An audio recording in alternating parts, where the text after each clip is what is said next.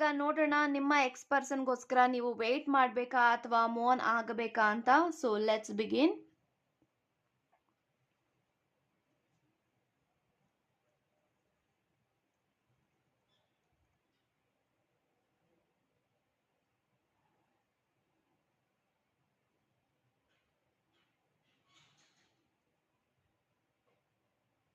So guys, ನನಗೆ ಏನು feel ಆಗ್ತಾ ಇದೆ ಅಂತ ಅಂದರೆ, ಎಲ್ಲೋ ಒಂದು ಕಡೆ ಈ ಒಂದು ವ್ಯಕ್ತಿಗೆ ನಿಮ್ಮ ಮೇಲೆ ಆಸಕ್ತಿ ಕಡಿಮೆ ಆಗ್ತಾ ಇದೆ ಅಂತ ಹೇಳ್ಬೋದು, ಇಂಟ್ರೆಸ್ಟ್ ಕಡಿಮೆ ಆಗ್ತಾ ಇದೆ ಅಂತ ಹೇಳ್ಬೋದು.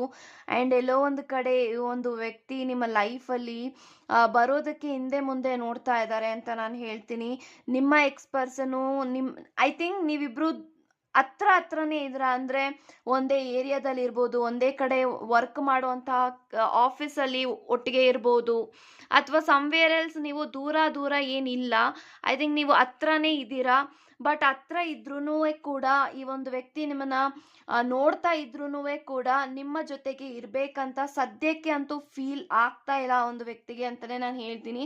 ಸೊ ಟು ಬಿ ಫ್ರ್ಯಾಂಕ್, ಈ ಒಂದು ವ್ಯಕ್ತಿಗೋಸ್ಕರ ನೀವೇನಾದರೂ ವೆಯ್ಟ್ ಮಾಡ್ತಾ ಇದ್ರಾ ಅಥವಾ ಓಕೆ ಗೈಸ್, ಇವಾಗ ನೋಡೋಣ ನಿಮ್ಮ ಎಕ್ಸ್ ಪರ್ಸನ್ಗೋಸ್ಕರ ನೀವು ವೇಟ್ ಮಾಡಬೇಕಾ ಅಥವಾ ಮೂವ್ ಆನ್ ಆಗಬೇಕಾ ಅಂತ. So let's begin.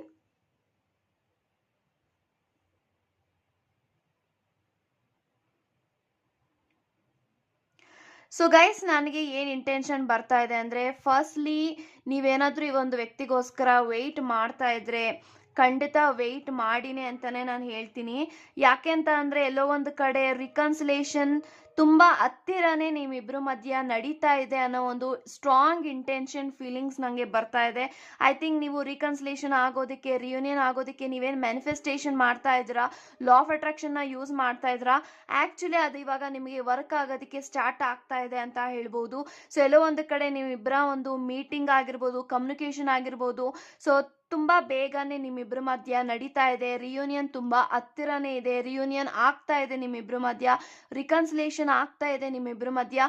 ಸೊ ಇವಾಗ ಇಷ್ಟು ವರ್ಷಗಳ ಕಾಲ ವೇಟ್ ಮಾಡಿ ಇವಾಗ ಮೋನ್ ಆಗೋದಕ್ಕೆ ಹೋಗ್ಬಿಡಿ. ಸೊ ಇವಾಗ ನಿಮ್ಮಿಬ್ಬರ ಮಧ್ಯ ಅಸಲಿ ನಿಮ್ಮ ಜೀವನದಲ್ಲಿ ಪರೀಕ್ಷೆಗಳು, ಅಗ್ನಿ ಪರೀಕ್ಷೆಗಳು ಎದುರಾಗ್ತಾ ಇರ್ತವೆ ಅಂತ ಹೇಳ್ಬೋದು.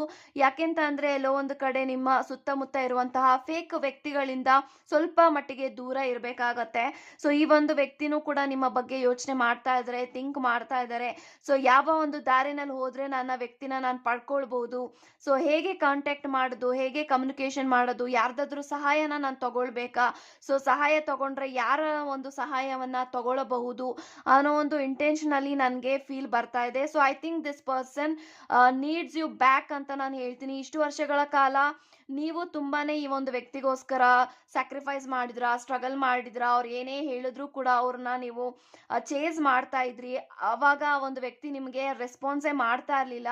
ಸೊ ನಿಮಗೆ ತುಂಬಾನೇ ಬೈದಿದ್ದಾರೆ, ತುಂಬಾನೇ ಹರ್ಟ್ ಮಾಡುವಂಥ ಕೆಲವೊಂದು ಪದಗಳನ್ನ ಯೂಸ್ ಮಾಡ್ತಾ ಇದ್ರು.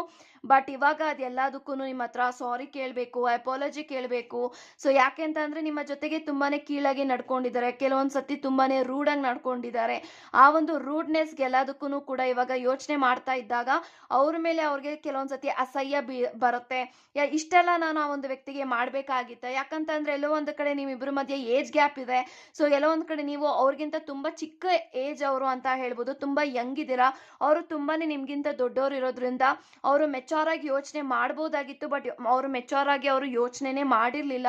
ಬಟ್ ಇವಾಗ ಅವರು ಅವರ ಹೃದಯದ ಮಾತನ್ನ ಕೇಳೋದಕ್ಕೆ ಸ್ಟಾರ್ಟ್ ಮಾಡಿದ್ದಾರೆ.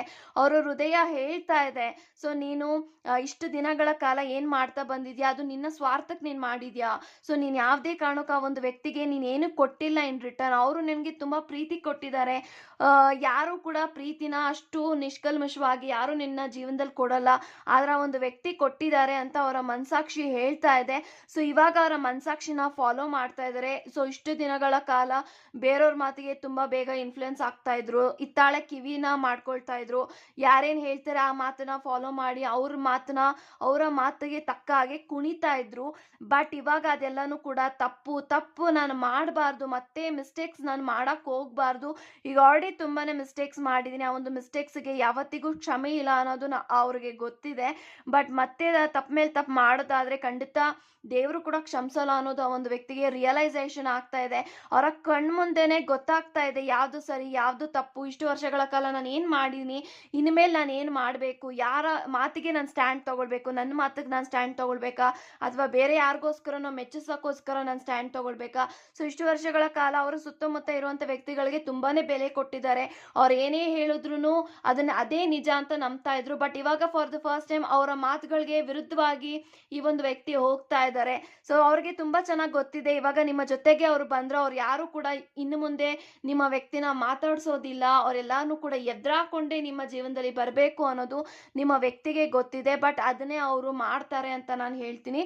ಯಾಕೆಂತ ಅಂದ್ರೆ ಪ್ರೀತಿಯಿಂದ ಪಡ್ಕೊಳ್ಬೇಕು, ಪ್ರೀತಿನ ನಾನು ಯಾವತ್ತಿಗೂ ಕಾಲಲ್ಲಿ ಒದ್ದಿಬಾರ್ದು. ಸೊ ಪ್ರೀತಿಗೆ ತುಂಬಾ ನೋಯಿಸ್ಬಾರ್ದು, ಪ್ರೀತಿನ ಜಾಸ್ತಿ ಕಾಯ್ಸಕ್ ಹೋಗ್ಬಾರ್ದು, ಪ್ರೀತಿನ ಪಡ್ಕೊಳ್ಳೋ ಟೈಮಲ್ಲಿ ಪಡ್ಕೊಳ್ಬೇಕು ಅನ್ನೋದು ಈ ಒಂದು ವ್ಯಕ್ತಿಯ ಥಾಟ್ ಆಗಿದೆ ಅಂತ ಹೇಳ್ತೀನಿ. ಸೊ ಡೆಫಿನೆಟ್ಲಿ ಈ ಒಂದು ವ್ಯಕ್ತಿ ಬದಲಾಗ್ತಾ ಇದ್ದಾರೆ, ಚೇಂಜ್ ಆಗ್ತಾ ಇದ್ದಾರೆ, ಒಂದು ಒಳ್ಳೆ ದಾರಿಗೆ ಬರ್ತಾ ಇದ್ದಾರೆ. ಸೊ ಅವರ ಜೀವನದಲ್ಲಿ ಒಂದು ಸ್ಪಿರಿಚುವಲ್ ಜರ್ನಿಗೆ ಅವರು ಬರ್ತಾ ಇದ್ದಾರೆ, ಅವ್ರಿಗೆ ಅವೇಕ್ನಿಂಗ್ ಆಗ್ತಾ ಇದೆ ಅಂತ ಹೇಳ್ಬೋದು. ಸೊ ಒಂದು ರಿಯಲೈಸೇಷನ್ ಆಗ್ತಾ ಇದೆ, ಯಾವ್ದು ಸರಿ ಯಾವ್ದು ತಪ್ಪು, ಯಾರ ಮಾತು ಕೇಳಬೇಕು ಯಾರ ಮಾತು ಕೇಳಬಾರ್ದು. ಸೊ ನಾನು ಏನು ಮಾಡಿದ್ದೀನಿ ಇಷ್ಟು ವರ್ಷಗಳ ಕಾಲ ಅದೇನು ಸರಿನಾ ತಪ್ಪಾ, ಪ್ರತಿಯೊಂದೂ ಕೂಡ ಅವ್ರಿಗೆ ರಿಯಲೈಸೇಷನ್ ಆಗ್ತಾ ಇದೆ. ಸೊ ನೀವು ನಂಬಿರುವಂತಹ ದೇವರು, ಸ್ಪಿರಿಟ್ ಯಾರೂ ನಿಮ್ಮ ಕೈ ಬಿಟ್ಟಿಲ್ಲ. ಸೊ ಬಿಡೋದು ಇಲ್ಲ. ಯಾಕಂತ ಅಂದ್ರೆ ನೀವು ತುಂಬಾನೇ ಕಷ್ಟಪಟ್ಟಿದ್ದೀರ ಈ ಒಂದು ವ್ಯಕ್ತಿಗೋಸ್ಕರ. ತುಂಬಾನೇ ಅವಮಾನ ಅವಮಾನ ಆಗಿದ್ರೂ ಕೂಡ ಆ ಒಂದು ವ್ಯಕ್ತಿಯಿಂದ ನೀವು ಬಿದ್ದಿದ್ದೀರಾ.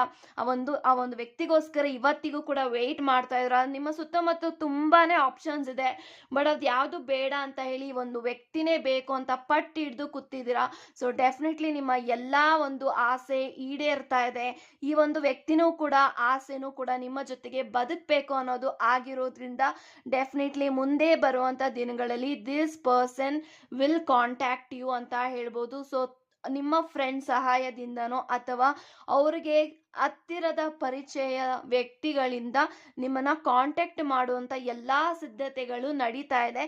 ಒಂದು ಅನ್ಎಕ್ಸ್ಪೆಕ್ಟೆಡ್ ಸಮಯದಲ್ಲಿ ಒಂದು ಅನ್ಎಕ್ಸ್ಪೆಕ್ಟೆಡ್ ನೀವು ಊಹೆನ ಮಾಡ್ಕೊಳಕ್ಕಾಗಲ್ಲ. ಆ ಸಮಯದಲ್ಲಿ ನಿಮ್ಮ ವ್ಯಕ್ತಿ ನಿಮ್ಮನ್ನ ಕಾಲ್ ಮಾಡ್ಬೋದು. ಐ ಥಿಂಕ್ ತುಂಬ ಲೇಟ್ ನೈಟಲ್ಲಿ ಅವರು ನಿಮಗೆ ಮೆಸೇಜಸ್ಗಳನ್ನ ಮಾಡ್ಬೋದು. ಈ ಥರ ನನಗೆ ಇಂಟೆನ್ಷನ್ ಬರ್ತಾ ಇದೆ. ಸೊ ಡೆಫಿನೆಟ್ಲಿ ಒಂದು ಅನ್ಎಕ್ಸ್ಪೆಕ್ಟೆಡ್ ಸಮಯದಲ್ಲಿ ಅನ್ಎಕ್ಸ್ಪೆಕ್ಟೆಡ್ ಆಗಿ ಒಂದು ವ್ಯಕ್ತಿ ಕಾಲ್ ಮಾಡೋಂಥ ಸಾಧ್ಯತೆಗಳಿದೆ, ಮೆಸೇಜ್ ಮಾಡೋಂಥ ಸಾಧ್ಯತೆಗಳಿದೆ. ಸೊ ಮುಂದೆ ಬರುವಂಥ ದಿನಗಳಲ್ಲಿ this person will always chase you. So ಅವರ ಜೀವನದಲ್ಲಿ, ಅವರ ಮೈಂಡಲ್ಲಿ, ಅವರ ಹೃದಯದಲ್ಲಿ ನೀವು ಮಾತ್ರ ಇದ್ದೀರಾ, ಕೇವಲ ನೀವು ಮಾತ್ರ ಇರ್ತೀರಾ. ಸೊ ಅವ್ರ ಜೀವನದಲ್ಲಿ ಇನ್ಯಾರು ಬೇಡ ಅನ್ನೋದು ಅವ್ರಿಗೆ ಅರ್ಥ ಆಗಿದೆ. ನನಗೆ ನೀವೇ ಬೇಕು, ಇವರೇ ಸಾಕು ಅನ್ನೋದು ಅವ್ರಿಗೆ ಗೊತ್ತಾಗ್ತಾ ಇದೆ. ಪ್ರೀತಿ ಅಂದ್ರೆ ಏನು, ಪ್ರೀತಿನ ಯಾರ ಹತ್ರ ಪಡ್ಕೊಳ್ಬೇಕು, ಪ್ರೀತಿ ಅಂದ್ರೆ ಏನು, ಪ್ರತಿಯೊಂದನ್ನು ಕೂಡ ಅವ್ರಿಗೆ ಫೀಲ್ ಆಗ್ತಾ ಇದೆ.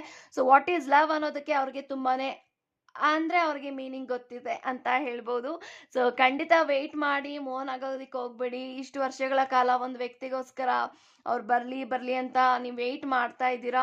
ಸೊ ಎಲ್ಲೋ ಒಂದು ಕಡೆ ತುಂಬಾ ಜನ ನಿಮ್ಗೆ ಹೇಳ್ತಾ ಇದ್ರು, ಈ ಒಂದು ವ್ಯಕ್ತಿ ನಿಂಗೆ ಸಿಗಲ್ಲ, ಮೋಹನ್ ಆಗು, ಬೇಡ ಇವ್ರ ಸವಾಸ ಅಂತ. ಆದ್ರೂ ಕೂಡ ಅವ್ರು ಯಾರ ಮಾತಿಗೂ ಜಗ್ಗದೆ ಅವ್ರು ನನ್ನ ಲೈಫಲ್ಲಿ ಬರಲೇಬೇಕು, ಬಂದೇ ಬರ್ತಾರೆ. ಸೊ ಖಂಡಿತ ನನಗೆ ನಂಬಿಕೆ ಇದೆ ಅಂತ ಹೇಳಿ ನೀವು ತುಂಬಾನೇ ನಂಬಿಕೆ ಇಟ್ಕೊಂಡು ವೆಯ್ಟ್ ಮಾಡ್ತಾ ಇದ್ರಿ. ಬಟ್ ಆ ಸಮಯ ತುಂಬ ಹತ್ತಿರನೇ ಇದೆ. ಐ ಥಿಂಕ್ ವಿತಿನ್ 20 ಡೇಸ್ ಅಥವಾ 15 ಡೇಸ್ ಅಥವಾ 2 ವೀಕ್ಸ್ ಒಳಗಡೆ ಈ ಒಂದು ವ್ಯಕ್ತಿ ನಿಮ್ಮನ್ನ ಕಾಂಟ್ಯಾಕ್ಟ್ ಮಾಡ್ತಾರೆ ಅಂತ ಹೇಳ್ತೀನಿ. So just weight and watch.